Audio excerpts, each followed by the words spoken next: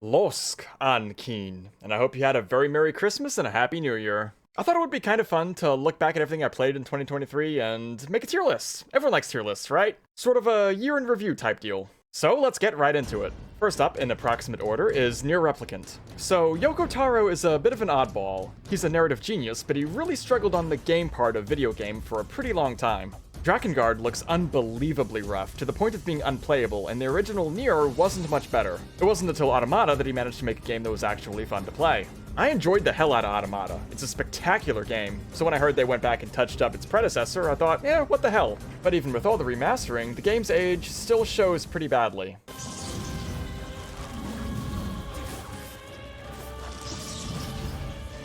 Like, it's all it fucking does, dude. It just sucks. Fucking thing sucks.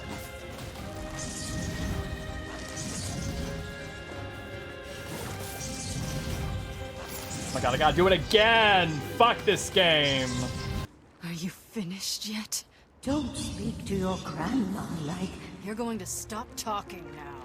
And then I'm going to slowly walk over to Oh, she is pissed. cram my hand inside your goddamn bitch-ass chest and pull out your... I take it all back! This game's amazing! What? What is going on? The story's great, and the game is definitely worth playing for that alone, but gameplay-wise, don't expect anything nearly as polished as Automata. And unlike Automata, in this game, there's almost no difference between Route A and Route B. You just play the entire game all over again and get almost nothing out of it. They actually went through and added an ending E, which ties in a pretty cool way to Automata, but I can't really justify the time investment to get there. So all in all, if you want my advice, pick it up on sale, get to the end of Route A, and then look up the other endings on YouTube. Oh, and the music is, as always, phenomenal. So I'm gonna throw it into B tier. It's solid, but with some pretty deep flaws. Hogwarts Legacy. Not gonna lie, I bought this game primarily because it pissed off all the right people. You know the ones. Excuse me, it's ma'am. It is ma'am. But it's a surprisingly competent title. The game opens with a dragon coming out of nowhere and eating a government official. Those are two of my favorite things. Those are two great tastes that taste great together. Now, it might be a pretty simplistic RPG with bare-bones stat and skill systems, but as a first title from Portkey Games, it's actually quite impressive. The open world had a lot of love put into it, and the castle's modeled phenomenally well. There's a lot of extra lore and little details around Hogwarts that real Potterheads will truly appreciate. It's without a doubt the best Harry Potter game to date. However, the main character sounds like a complete psychopath with no emotion in his lines whatsoever, and the main plot of the game is a bit lame. Wizard's good, Goblin's bad, Goblin achieves ultimate power, and immediately turns himself into a dragon. Kinda based, but I remember his boss fight being more than a little frustrating. The side quests are actually much more interesting. I'm gonna kill every single goddamn one of you, and I'm gonna enjoy it!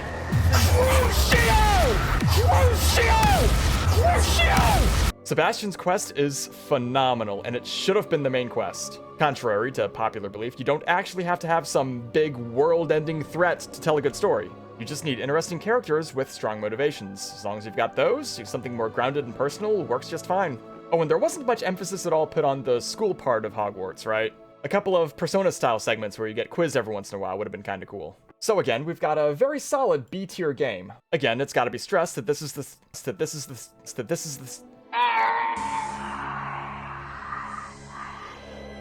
the studio's first game. I'm deeply excited to see what they can do with successive iterations. Wow, dragonflight. Oh boy. Played a lot of this in Season 1. Made a Dragthier because, of course, I did, and I had a lot of fun with the healing spec. Look at the snouts! Look how fucking spiky you can make them. No, my character is body type 2, you fucking bigot. Okay. I like what we've done here.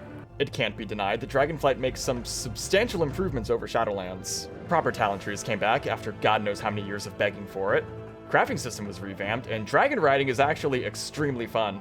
Now, they totally stole the Griffin from Guild Wars, but stealing other people's ideas and executing on them just a little bit better is what Blizzard's always been best at. After experiencing dragon riding, going back into 14 and hitting auto run on a flying mount feels fucking awful. Yoshida, if you're watching, you guys are officially behind the curve. But that's where the praise ends. The legendary stubbornness of WoW devs is still holding the game back in a big way. Mythic lockouts are somehow still a thing, preventing casual players from even attempting hard content. You shouldn't have to commit to a guild and all the bullshit and drama that entails to do the first few bosses on Mythic. If you can pug fucking ultimates in 14, I see no reason why you wouldn't be able to pug Mythics in WoW. The game desperately needs better systems to be more pug friendly.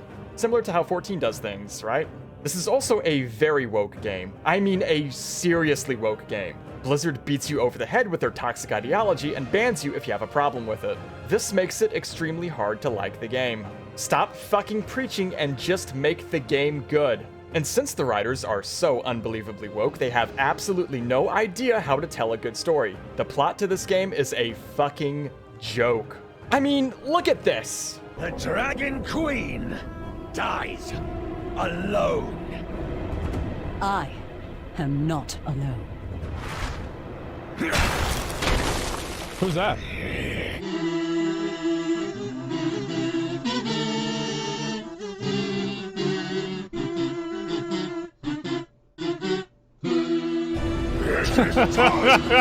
There's nothing else that needs to be said. This is a cartoon. Oh, and the game is also over-monetized to hell and back. I've never seen such a greedy company pay their employees so little. Where's all the money going? Bobby's yacht? Is that not just a meme? I used to love this company. To see what it's become now, it's just sad, man. So while Dragonflight deserves some credit for improving over Shadowlands, fucking low bar there, it's still too hard for me to like to put it anything above C tier. The future might be a little bit brighter with Metzen back and without Bobby, but until I hear that Danuser's gone, I'm not holding my breath. I think this company is irreversibly damaged, and anyone worth a damn has already jumped ship with Mike Morheim over to Dreamhaven. Speaking of disappointments, League of Legends. I played Shyvana mid up to Master 100 LP this season, which pretty much matches my all-time high.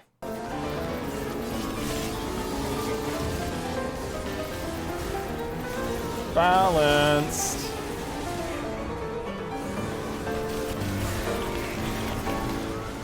I just beat League of Legends! That's it! We're done! We can quit! This game is on a downhill trajectory. You know it, I know it, everybody knows it. Modern champion design continues to become more and more obnoxious. Nipple-tweaking designers keep putting unbalanceable concepts into the game. Concepts that the live design team has to spend literally half of their time and effort every patch trying to get into a good state. Oh, it's so different! Oh god, my nipples! Oh, and then they make it, and then you get in game, you're just like, dude, this is shit. Cassante's patch history is an absolute fucking circus. Round and round and round they go. Where they stop, nobody fucking knows. But at least they're doing something. Everyone else working on this game seems to be busy doing fuck all. The VGU team has been working on only Skarner for over a year and still have absolutely nothing to show for it. Bugs continue to pile up and stack on themselves like the goddamn Tower of Babel. If there's an entire channel with over 1 million subs that's just about the bugs in your game, you might want to get on top of that. Let's see, this year we got the Mana Biscuit bug, the Zyra Baron bug, God knows how many others. Halo Blade Shyvana has been bugged for nearly 4 years now, and I've lost hope of them ever doing anything about it. I swear, one day they're gonna patch this game and it's gonna leak your goddamn credit card info or some shit. The day is fast approaching when they're just gonna have to revert a patch. They did make a new game mode, and then immediately took it away. Because they know if their captive audience realizes what fun is, they'll just quit the game.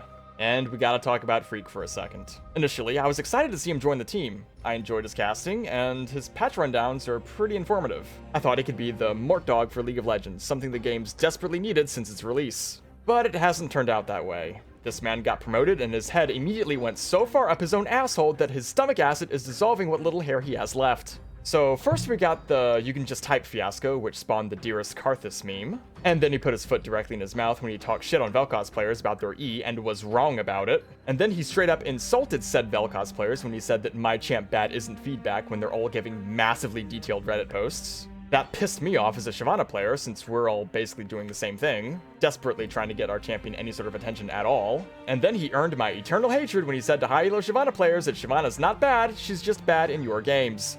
Oh yeah? Freak? Well, I'm not in gold, am I? That means she's fucking bad! Good lord, man. He's made enemies of the entire community in under a year. And he's not even apologized for it. He can't even go on social media anymore because he's getting flamed so hard. And you know what? It's kinda hard to feel bad for him. You made your bed, now sleep in it. If this is gonna be how he's gonna behave, my man needs to get fired. That is not acceptable behavior for a design lead. Send him back to LCS to cast for a dying region. Fuck him. Anyway, the future can only be better, I guess. They're getting rid of Stopwatch finally after 5 or 6 years of begging for it. Gale Force is gone, Mythics are gone, there's a lot of cool AP items coming, Riftmaker's ungimped. I guess we'll give it a shot, but I'm not particularly optimistic. But anyway, downward trend, but the game was still fun sometimes, so C tier. Persona 5 Royal. A friend bought this for me and said I'd like it, and you know what? He wasn't wrong. This was an extremely stylish game with some bitchin' music that it's really hard to not get hyped to. Most of the characters are quirky and likable, and I enjoyed interacting with them. Combat's basically Pokemon. If Pokemon had a gun dragon, I did enjoy my gun dragon. He was very fun. I may have one-shotted myself more than once, but that's beside the point. You're mine. The risk I took was calculated, but man am I bad at math. It's time. There. You, Joker, get up. Live by the gun dragon, die by the gun dragon. In fact, the biggest problem I had with the game was that there's just too much of it. This is a 130-hour playthrough. By the time I got to the end, I was really ready to put it down. I know it's a JRPG and you're contractually obligated to kill God, but honestly, the game peaked with Shido, and it probably should have ended there. All that weird stuff afterward with the Cup God, it just didn't need to be there, and it made the game drag on for too long. Maruki was great though, I did enjoy Maruki. He's the C.S. Lewis quote to a T. A tyranny sincerely exercised for the good of its citizens might be the most oppressive, for the tyrant does so with the blessing of his own conscience. Yeah, that's definitely him. And apparently his VA died shortly afterward. It's a hell of a role to go out on, he nailed it. Anyway, it was a fun, wacky, stylish, more than a little weird adventure that kinda made you think a little bit too. That makes it a solid A tier. I'm also hooked. I'm looking forward to P3R in February, and I'll be playing P4 at some point as well. Atlas picked up another fan. Mirror's Edge, oh boy. Another friend bought this one for me. I don't think he likes me as much. D tier. Fuck this game. I know it's a cult classic, I know there's nothing like it, yada yada yada, but just because you're unique does not mean you're a good game. The Steam port had serious problems, I couldn't even tab it out without it crashing. Movement felt janky. There's a reason why most games don't have fully realistic movement. Because it kinda sucks to play. Combat felt jankier still. Disarming timings were not intuitive at all. It wasn't clear where to go at times, and the game was blessedly short. It's only 5 or 6 hours start to finish. I actually looked it up, and this game was indeed full price when it released for the Xbox 360 back in the day. $60 for 6 hours worth of game. It turns out that DICE has been fucking scamming people for more than a decade. The plot was quite bad, and the game is much too linear to allow its free-running mechanics room to shine. This game was not ready for release and needed a few more years in the oven. Cool concept, god-awful execution. Absolute dog shit, would not recommend. Anyway, now that the trash has been taken out, endwalker patch content. Now this is only the patch content, not the MSQ, which is an easy S. That would have been on last year's list if I had made one. It was kinda hit or miss. I think a lot of CPU 3 was focused on 16, and Endwalker kinda suffered for it. Pandemonium was overall pretty good, with the exception of P7, which can go fuck itself. The Alliance raids were pretty good, even though Menfina kinda stole the show, and everything after her seemed kinda eh by comparison. DSR seems to be widely considered to be the best fight they've ever done. The hardcore guys didn't seem to like Top so much, though. I still remember Xeno freaking out about the aggro bug on Phase 4, but we got a cool meme out of it. They tried to make some savage dungeons, but couldn't get the reward structure right, primarily because the game's stat and gear system is so simplistic that it just didn't offer any room for it. But handing out fucking materia for content that challenging? Come on guys, you gotta do better than that. Anyway, since I'm not a hardcore raider, what really pissed me off was how hard they fumbled the MSQ. Nothing even happened in 6.4. It was complete filler and everything just went right back to status quo ante. And 6.5 was purely atrocious. You made friends?! He doesn't deserve it! Fuck this guy! Did we forget he's a genocidal maniac? Why does nobody care about the dragon he fucking murdered 5 seconds ago? You've made a man. No, he fucking hasn't! You've earned a new beginning. You are the worst character I've ever seen! Disgusting. Fucking disgusting. I hate it. Nidhogg was right about mortals. Nidhogg was fucking right. Nidhogg did nothing wrong. He was a good boy. He had it right. None of these fucking people give a shit about dragons. None of them. There's two good ways to handle Golbez, right? Either he hard commits and feeds himself to Zeromus to give the highest probability of success, or he realizes he was wrong, dies in the battle, and feeds himself to Zero to pass the torch. Making friends on a heel turn like we did is just complete bullshit. Turning Zero into a paladin was also cartoony and gross, that is not what she is. Getting rid of her hat was downright criminal, and turning Asdaya into a fucking minion made me puke a little. No one ever seemed to care what she thought about forgiving Golbez on a dime. Estinian was sidelined, despite this being his chance to atone for killing Nidhogg. There was just so many missed opportunities, man. Whoever wrote 6.4 and 6.5 needs to get demoted back down to side quests. So I've gotta put it in B tier, but it's a high B tier. Now that 16's done, I'm hoping things improve for the game again. Although what the game needs most is a complete stat and gear rework, but it doesn't seem like that's happening in Dawn Trail. The game is kinda stagnating, and Yoshida needs to shake it up a bit. Ah, here we go. FF16, baby. We know where this is going. We know where this goes. There it is! Ka-ching! Ka-ching! Accept the truth! Hey! Now what? How can it possibly get cooler? Impress me. I don't think you can do it. What's it trying to do? Lack of oxygen?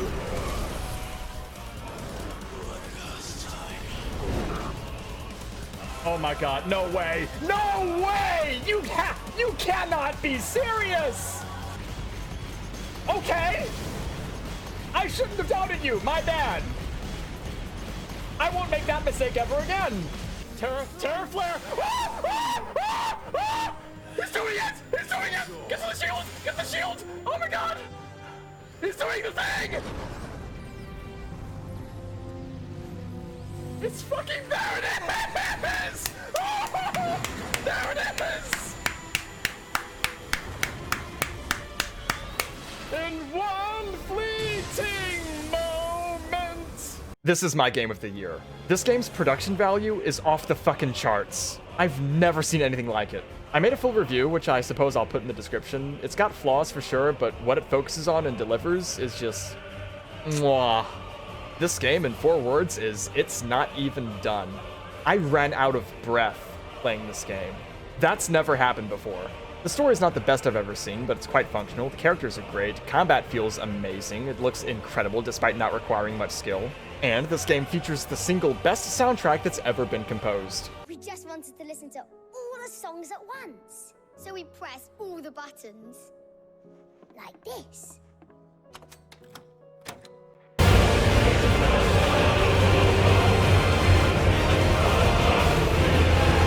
Messiah Shisoken is the true successor to Nobuo Uematsu. There is no better man in the whole world to pass the torch to.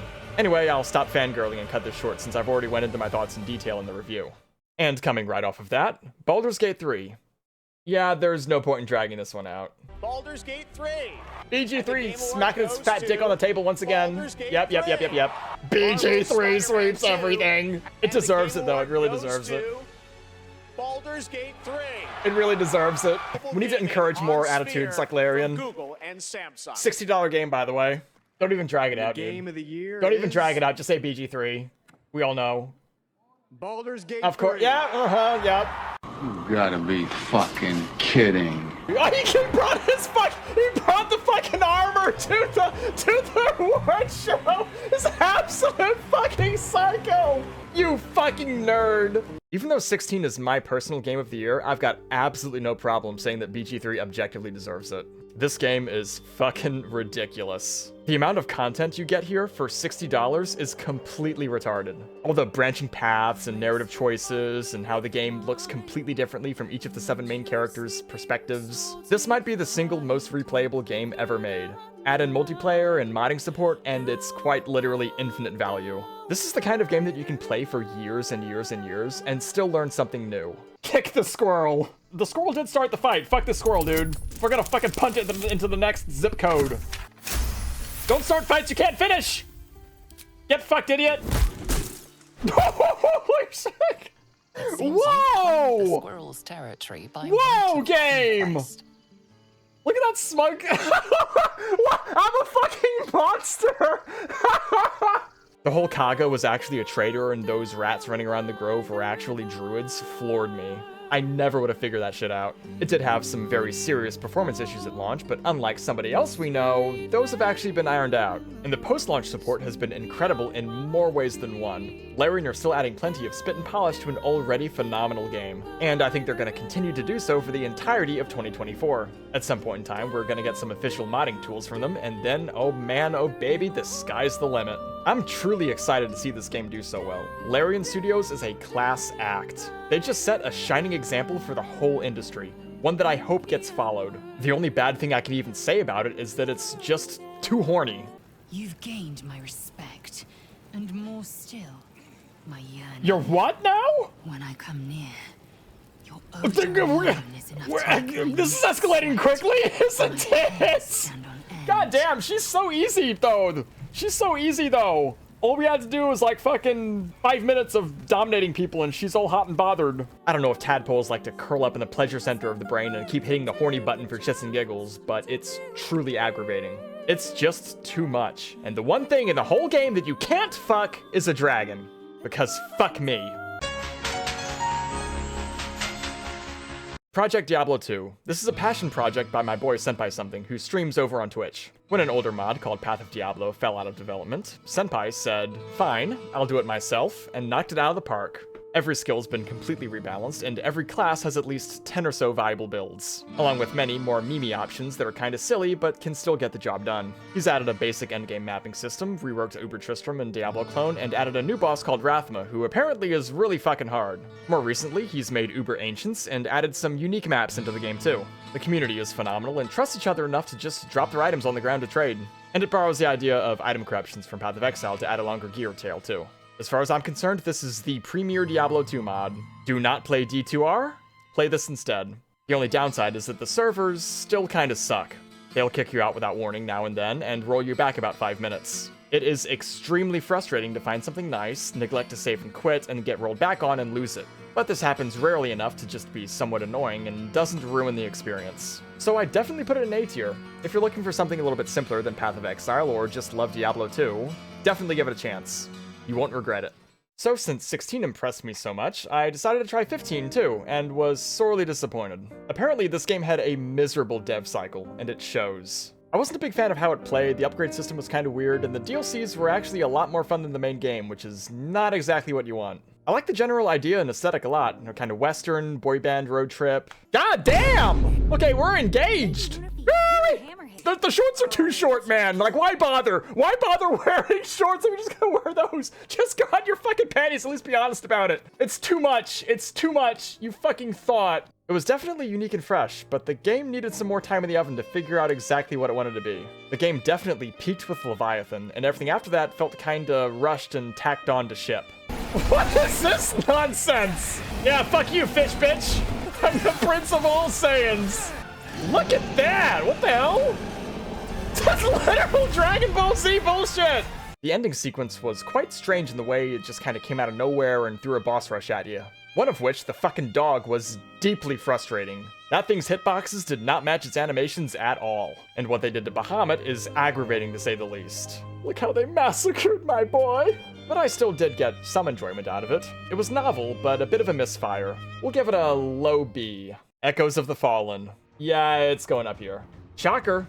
So aside from just being more 16, which would have been fine, it actually addressed one of my core criticisms of the main game, which is that accessories were lazy. The 5 accessories that this DLC adds actually had some thought put into them and change how you play the game. It's also much more difficult, another critique of mine. Omega does some fucking damage, man. You get caught by hyperextension, you are fucking dead. It's still a long way from being truly hard or challenging, but hey, better's better. It's more crazy spectacle, more insane production value, and more Masai Shisoken being the fucking madman. He mashed Escape, From the Heavens, and the Asasla motif together and turned it into fucking breakcore. Because of course he did.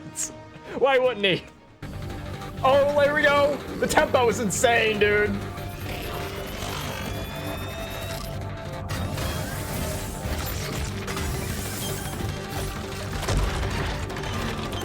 Oh, he's powering up. Oh my god!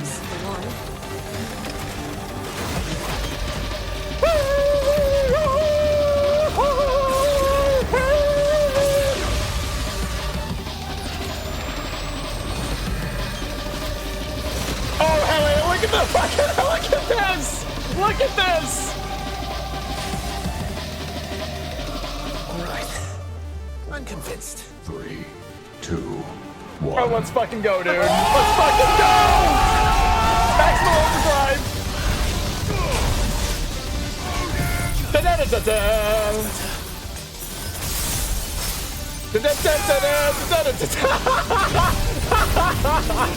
But as ever, the biggest problem with Final Fantasy XVI is that there's just not enough of it. The DLC is only about 2 hours long, and I'm really hoping the Rising Tide's a little bit longer. It might be short, but god damn is it sweet. $10 well spent. God of War Valhalla. So this came out of fucking nowhere as a free DLC for Ragnarok. No fucking what? Free? Are you joking? What?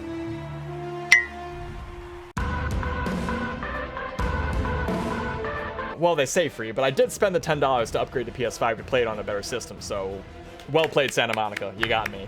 Unfortunately, it's a roguelike. I don't really like roguelikes. I never finished a full Hades run. It was too punishing for me. So I was kinda disappointed. I would have rather had nearly anything else, and I felt some of that same frustration coming back as I tried to get the ball rolling. I'd say that as more God of War, it's great. Same characters, same best-in-business dialogue. But as a roguelike, it's kinda lacking. First of all, it's not balanced. The spear has much better perks than either the blades or the axe. Restore health on kill, rage burst on grab, elemental hunter, those are all S tier perks and they're all on the spear. Elemental hunter in particular breaks the fucking game. That damage is balanced around needing to suck something first. Chucking imbued spears back to back endlessly for that much damage is not supposed to happen. And there are few enough perks in the game that you can hard force that broken build every time very reliably. Once you figure that out, you full clear the labyrinth twice with very little effort, and the game is basically over. You're max stats and you just kinda win. But you can't beat the price, and it was still a lot of fun, despite the design flaws. It's a great epilogue to Ragnarok. It ties a neat little bow on the end of Kratos' story, and hearing the OG God of War themes made me feel all warm and fuzzy inside. Well done, Bear McCreary. Easy A tier. Seriously, putting this out for free is a total Giga Chad move. As ever, I am stoked to see what Santa Monica's cooking next. And to wrap up the year, we have this. Did you ever hear the tragedy of Jedi Survivor the Unfinished? I thought not. It is not a story Respawn would tell you. Jedi Survivor the Unfinished was a game so rushed and so poorly optimized that it could even stop a 4090 Ti from rendering. 8 patches in, 8 months after release, and this game still runs like shit. I just upgraded my PC, so it has no excuse. I noticed a lot of screen tearing no matter where I was, and going anywhere near that fucking cantina turns the game into a PowerPoint.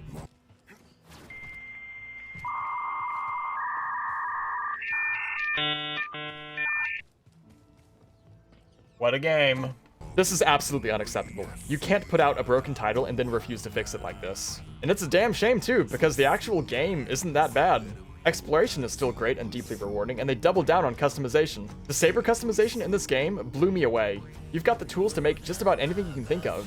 They added a bunch of new saber styles, but unfortunately, you're really meant to use them in specific situations. I'm a double-bladed enjoyer, right? And you're clearly only meant to use that for big groups. Everything it does has like 2 seconds of animation lock to it. This was not the case in Fallen Order. These excessively long animation locks seriously hampered my enjoyment of the game. The plot was kind of lame, but it did have a pretty good twist to it. But afterwards, it still kinda ends abruptly and you're left feeling like, wait, that's it? There were a couple memorable moments, but they weren't really leaned into enough to really stick in your head. Like, remember the bird on Kashyyyk? Or the big bat thing on Dathomir? Or the AT-AT section? There's really nothing like that in this game. If I'm being honest, Fallen Order is the more memorable and better game overall. Anyway, I wouldn't call it bad, but I would call it a disappointment for more than a couple of reasons. So we'll kinda stick it in B tier, right about there. And god damn it, I knew I was forgetting something. Cyberpunk Phantom Liberty. Although not technically part of the DLC, the 2.0 update did add a lot of very fun new mechanics into the game, and made it a lot more fun to play. My shotgun build ended up feeling a lot like Doom, and Doom is always a good time.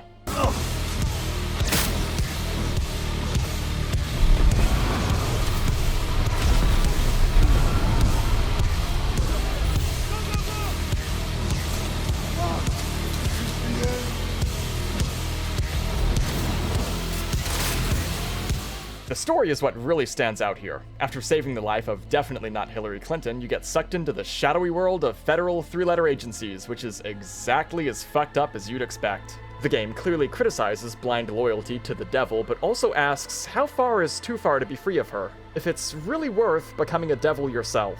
I agonized over the inflection point for like 5 minutes. It is not an easy decision, it is very complicated. And it branches off into 2 entirely different endgames. The overall moral to the story? The only good Fed is a... With this, I think we can finally forgive CD Projekt for the game's abysmal launch. It was a hell of a stumble, but they're back up and kicking. And if they're really gonna lean into Blackwall and Rogue AI stuff for the sequel, it's a hell of a time for that kind of narrative. That's a warning that I think people desperately need to hear. Just kidding, it's already too late. So, very high A tier, just shy of S. And that's primarily due to the stiffness of the competition up there. And with that, we have 2023 in a nutshell. 2024 looks absolutely stacked, and I think we'll make a habit of this. This was fun to put together. Until next time, may you be blessed.